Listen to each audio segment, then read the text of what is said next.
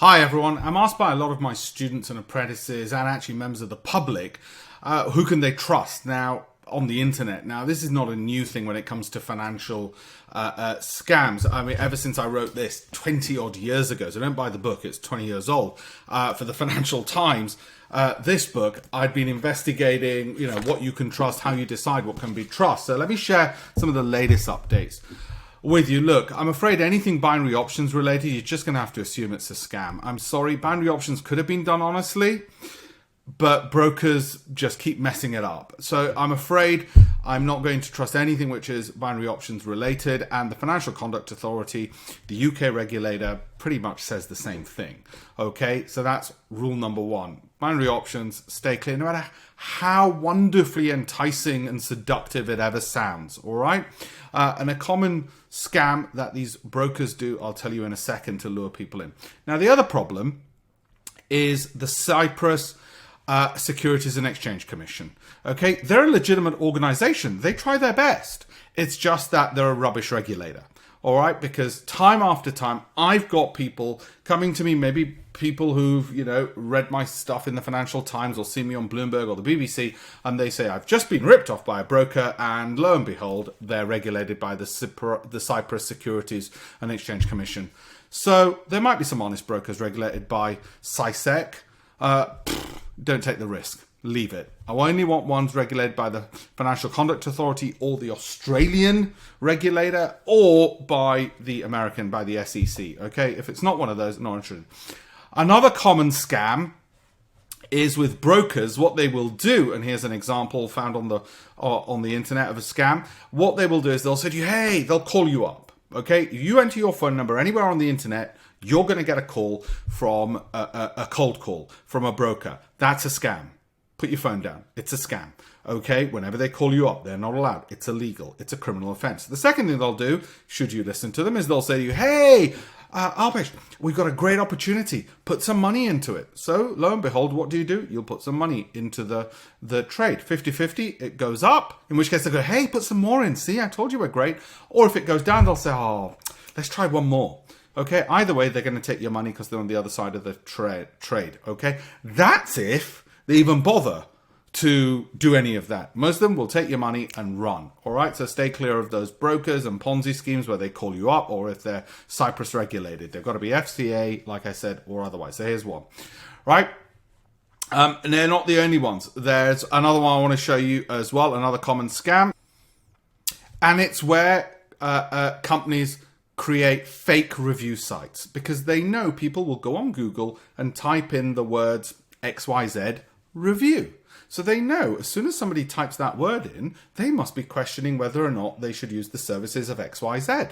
So then they'll do a fake review of XYZ and 100 other brokers and services and all the rest of it. And XYZ, don't get me wrong, won't be something famous like Amazon, because it'd be very difficult to put in Amazon review and have your fake website rank highly on Google. No, it'll be something which isn't so well known. So they'll put XYZ review, they'll create a fake review, and lo and behold, they'll suggest instead, try this broker, who they won't let you know is either fake and going to take your money, or is an affiliate who'll give them kickbacks and will still take your money. All right. Forex 92, I came across on the internet, have found some of these frauds. Okay. Clearly Forex 92 has been on the back end of and has suffered from somebody defrauding them, which is why they're angry and annoyed. And so they found a few of these fraudulent websites as well with fake reviews. That's common. So how are you going to do your due diligence? What are you going to do? I'm going to suggest one of the best places to do due diligence on anyone is LinkedIn. Okay, I want you to go to LinkedIn, find the individual concerned. Let's take me as an example, all right? Now, don't just trust what it says about them here. That's not what's important. What's important is this, where it says connections. Look at their first level connections, okay? There'll be a load of people you've never heard of and don't care about. That doesn't matter. But then there'll be names that you have come across. For instance, director, Barclays Investment Bank. That's pretty difficult to make as a fraud. That's a first level connection. Okay, so you might say, well, okay, maybe that just got lucky. Oh, UN Women, United Nations. Okay, maybe just got lucky.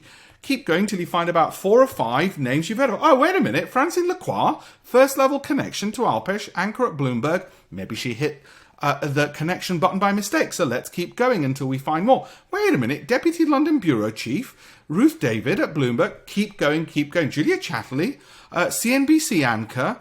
Okay, this person has got some credentials. If they haven't got credentials, get rid of them. All right.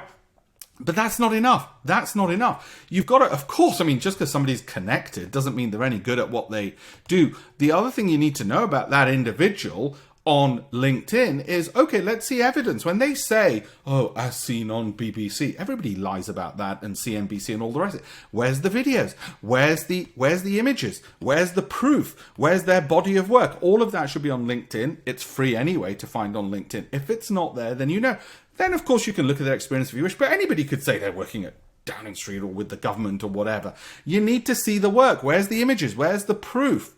Where's the videos? They should all be on LinkedIn to prove it. And don't just go by things like who's endorsed them. If you've not heard of the people who's given it, you haven't heard of Paresh or Nish, what the hell do you care that they've endorsed me? Or Sami, lovely people though these are to say nice things about me, what do you get? So ignore those. It's got to be reviews and reviewers you've heard of. So for instance, with us, when we created our software, pipspredator, we always made sure, yeah, LinkedIn's up there so you can do your due diligence. And then we use peer review. We use names that could be backed up. But not only that, we made sure the reviews we got of those names were printed in a Financial Times book. Those reviews of our body of work and our credentials are printed in an FT book. So you could double, triple check, and you can check on Amazon the book and the covers are there. Order the damn thing if you wish. Have you got the proof? You've got it there. And if you still don't believe it, then you can go to Amazon. If you still don't believe it, you look at the videos and you cross-reference with what you're seeing on the reviewers. Okay, understood? That's how you do proper due diligence.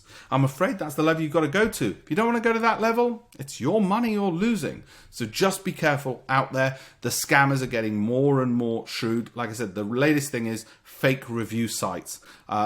Look, we already know, even on Amazon, you can't trust the reviews. I'm afraid you just can't trust reviews unless they are peer reviewed by people with big names and big reputations, and those people's names are then in print, and they've given that review in print, not just on the internet, but in print, okay? That's the level you've got to go to. I'm sorry to say, but that's the truth.